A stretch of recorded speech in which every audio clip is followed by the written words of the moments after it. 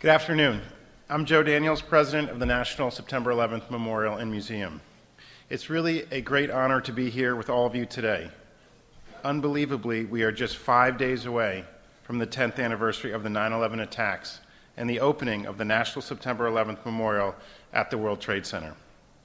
Men and women have been working at the site literally 7 days a week to ensure that this memorial is ready to welcome the families of the victims this Sunday and then to welcome the world starting the next day, September 12th. Governor Cuomo and the New York State Museum have been absolutely instrumental in our efforts to pay tribute to the 2,983 people whose names are inscribed in bronze on that memorial. We stood here last month and announced the opening of the 3911 exhibit statewide so that folks from every region across the state would have a place to go to remember and learn about what happened on that day. Today is a special day as we unveil the official New York State 9/11 Memorial flag. This flag will greet millions of visitors annually as they make their way to the 9/11 Memorial at the World Trade Center to pay their respects. The symbols on the flag evoke what was lost on September 11th and what endures. The 40 stars that form the perimeter of the image represent the 40 men and women who perished on Flight 93, which crashed in Somerset County, Pennsylvania. The five-sided images evoke the Pentagon, where 184 people died in the Pentagon as well as on Flight 77.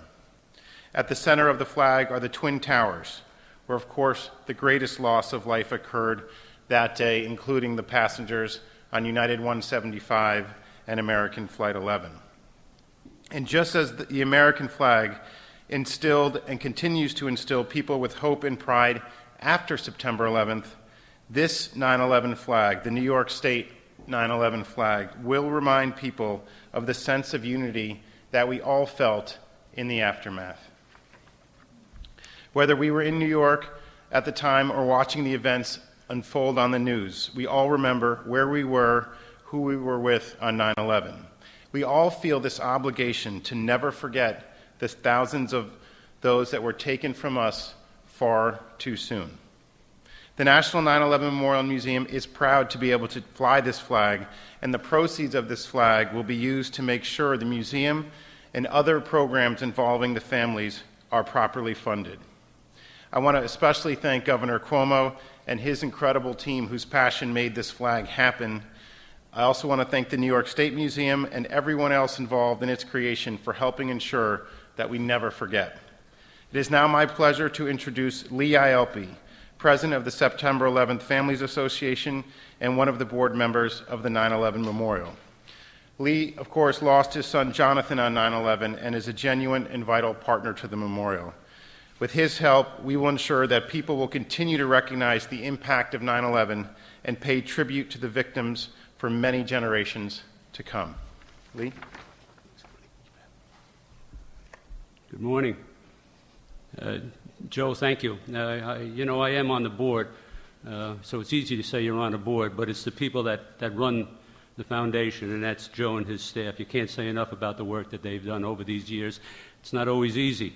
You're going to get a lot of criticism at times, but you know what? The outcome is going to far surpass the criticism. There's no question about it. Governor Cuomo, thank you for having me up. 9/11 did what to us? It took a lot of beautiful people from this great state of ours, New York. It took a lot of people from our beautiful country, from all over the world. But it also showed the world, especially the terrorists, that you're not going to knock us down. You may hurt us, but you're not going to knock us down.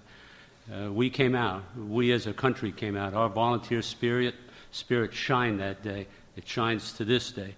I did spend a lot of time at the site. My mission was simple that day. My mission was I was going to go in and help, because I'm New York City Fire. I was retired, but, you like to come and help. So it turned into a mission looking for my son. But while I was looking for my son, I saw you.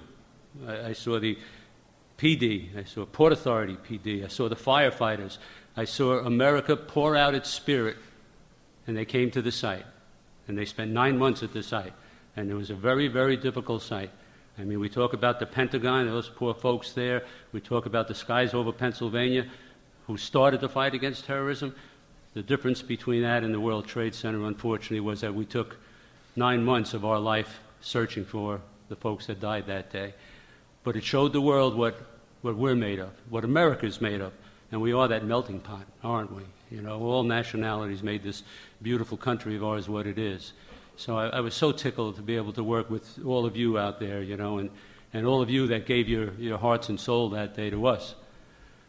As time went on, what became important for me? You know, I've said it 1,000 times. I can't bring back my son. I'd love to bring him back, you know. Can't do that. I can't bring back your friends. But we can make the world a little bit better, and that's through education, and that's through enlightenment. And I can't tell you how pleased I am that the governor has stepped up on this great endeavor that, you know, it's so vitally important that we make sure our young folks, it's his children, my grandchildren, your children, what happened to us on 9/11, you know, who did it, and why did they do it, and that the good that this country has to offer. And that only comes through education. People have said to me many, many times, have we fallen into complacency? Of course we've fallen into complacency. Why? Because we're America. It's never happened to us before. So forget about complacency. Think about education. Think about enlightenment. Far more important. And we will be the first state to have that curriculum in place, you know, to teach that history. And only through that can we move forward, in my eyes. And only through that can we help these other countries, not just sending our beautiful men and women. And speaking to one of your guards today, one of your state police officers, whose son's a lieutenant in the Army, right, going off to fight. Do our young people know we're at war? Many of them don't know we're at war. Many of them don't know about 9/11. So I thank the governor. I thank him for his efforts. I look at the flag now, you know, and what is this flag going to mean? It'll be a way of remembering. Of course, it'll be a way of remembering. And, you know, that's dear to my heart.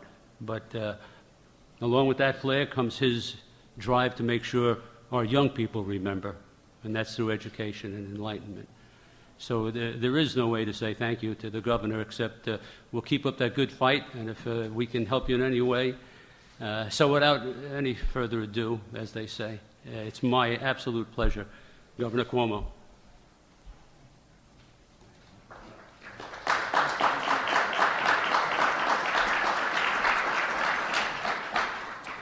Thank you very much. First, thank the State Museum for their hospitality once again. Joe Daniels, for your great work on the memorial. That is outstanding. We thank you very much, and we know this is a very busy time for you and a lot of preparation. Lee Ielpi, thank you once again for the words, the thoughts, the sentiment, the passion, and the fortitude. It's a pleasure to be with you. Also, Rich Bamberger, who and his team have worked very long and hard on this entire 9/11 period. I want to thank them. The flag that is being unveiled today is beautiful, and it is powerful. It has all the symbols to tell the full story, the 40 stars, which tell the story about the Pennsylvania flight, the Pentagon, and that tragedy, of course, the Twin Towers, colors of the state of New York, and the two words that say it all: we remember. And as you heard here, and as Lee says so eloquently, I think as we get ready for the anniversary celebration, as New Yorkers, we have two obligations.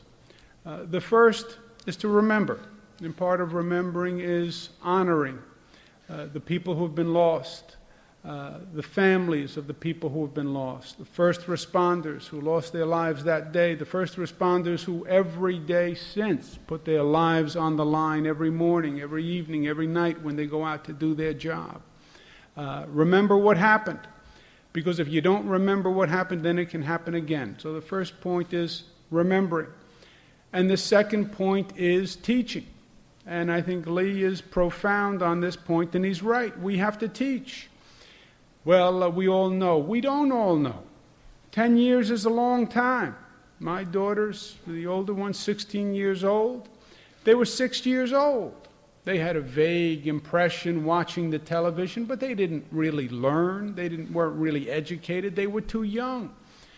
And we have to make sure our young people learn. And it's every anniversary, every generation, we have to continue to teach them what the lessons were all about. The facts, the who, the what, the where, the timeline. We have 30 exhibits all across the state that are going out in operation this week, just to have approximate location all across the state to come out and learn this lesson. But the who, the what, the facts, we have a full timeline of what happened when. So you can teach all the details. But beyond the facts, there's a story of the humanity and a lesson of the world that we live in. And in some ways, it's all encapsulated on that one spot, on that one day, at that one moment. It was a story that told the full spectrum of humanity. You had the worst that humanity was capable of. The worst act that a human being could undertake, to kill another human being. You had that, and that's when the planes hit the top of those towers. The terror that people wanted to strike, the death that they wanted to inflict, the cowardice that they exhibited. You saw that on 9/11. And remember that, because that can happen again. And at the same time, within minutes, you had the most beautiful act of human courage and love of humanity and selflessness when you had first responders running into that building. After it was on fire, seeing the damage, seeing everyone run the other way, they ran in when everyone else was running out, because that was their job, that was their duty, that was their obligation. On that one moment, that one day, you have both extremes. And that's the story of 9/11. And that's what we have to remember, and that's what we have to honor, and that's what we have to teach over and over and over again. And it is a powerful lesson. It is a painful lesson. But that is our obligation, and that's what the anniversary should be all about. To Lee and the families who have to relive this all over again, I have no words but that I will remember you in my prayers and your family in my prayers.